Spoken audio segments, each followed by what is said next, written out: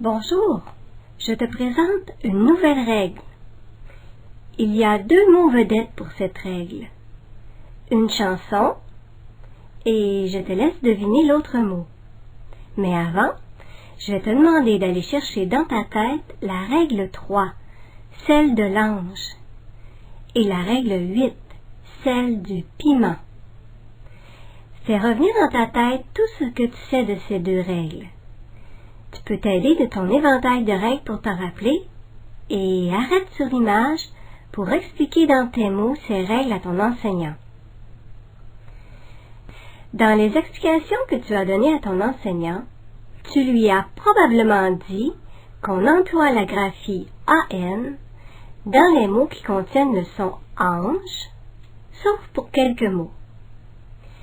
Tu lui as peut-être aussi dit qu'on emploie la graphie MENT dans presque tous les mots qui se terminent par ment. Et tu te souviens probablement de ce que l'ange t'avait dit. Est-ce que parfois tu as de la difficulté, lorsque tu écris des mots qui contiennent le son « an », à choisir entre les lettres EN ou AN? C'est normal, il y a environ 10 000 mots qui contiennent ces sons. Il y a presque autant de mots qui s'écrivent avec les lettres AN qu'avec les lettres EN. Et tout au long de l'année, je vais te présenter d'autres règles qui vont t'aider à écrire des mots qui contiennent ce son. Aujourd'hui, je te présente une de ces autres règles et pour t'aider à la découvrir, j'ai écrit beaucoup de mots au tableau. Regarde-les bien et arrête sur l'image pour expliquer à ton enseignant ce que tu as observé.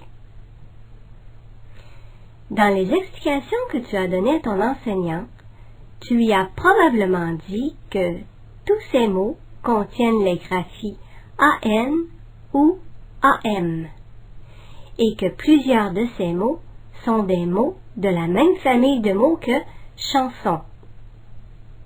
Je vais mettre un peu d'ordre dans ces mots en les classant sous les mots vedettes.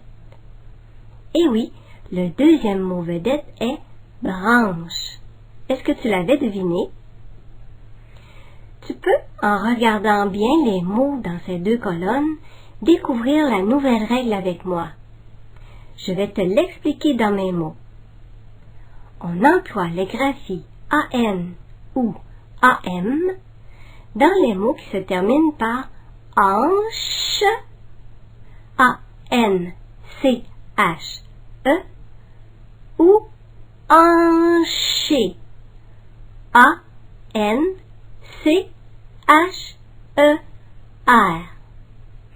et ceux qui débutent par chant, C-H-A-N ou C-H-A-M.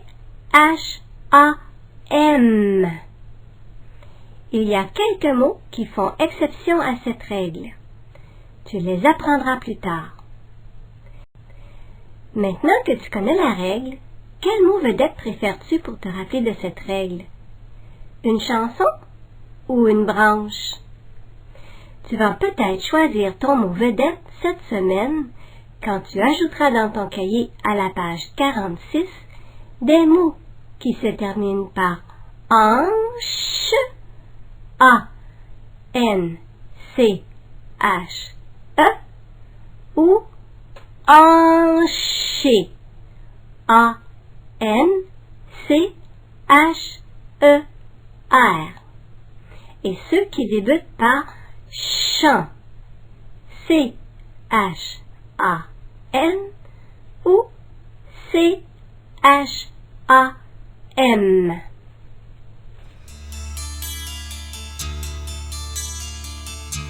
Pour t'aider à apprendre la règle de cette semaine, on emploie les graphies AN ou AM dans les mots qui débutent par chant et on emploie aussi la graphie AN dans les mots qui se terminent par anche ou anché. Je te propose quelques mots à étudier. Les voici. Dans les mots que je te propose, il y a de petites difficultés. La graphie E-N dans s'endimancher, la lettre H dans une hanche et se déhancher, la lettre C dans la chance. Tu peux trouver des stratégies pour mémoriser ces mots. Pour la graphie EN, dans le mot s'endimancher, si tu lis cette phrase, tu comprends que s'endimancher, c'est l'action de mettre de beaux vêtements. Tu sais que il s'endimanche est un verbe conjugué. Tu peux aussi l'encadrer avec ne pas. Alors, comme il y a plus de 300 verbes qui débutent par EN ou EM, et qu'il y a seulement une vingtaine de verbes qui débutent par AN ou AM, tu peux presque toujours choisir la graphie EN. C'est la plus fréquente. Tu pourras apprendre les verbes qui débutent par AN ou AM plus tard. Tu peux arrêter sur l'image pour chercher d'autres verbes qui débutent par EN ou EM et ensuite dire les verbes que tu as trouvés à ton enseignant. Pour la lettre C, dans le mot chance, c'est facile si tu associes la forme de la lettre C à la forme du fer à cheval. Cet objet est un porte-bonheur, selon une vieille légende, et il attire la chance. Pour la lettre H, dans une hanche et se déhancher, tu peux toi aussi trouver une stratégie pour mémoriser ces mots. Mais attention, pour choisir ta stratégie, il faut d'abord que tu lises les mots et que tu observes bien ce qui se passe dans ta tête. Arrête sur image pour trouver des stratégies et les expliquer à ton enseignant.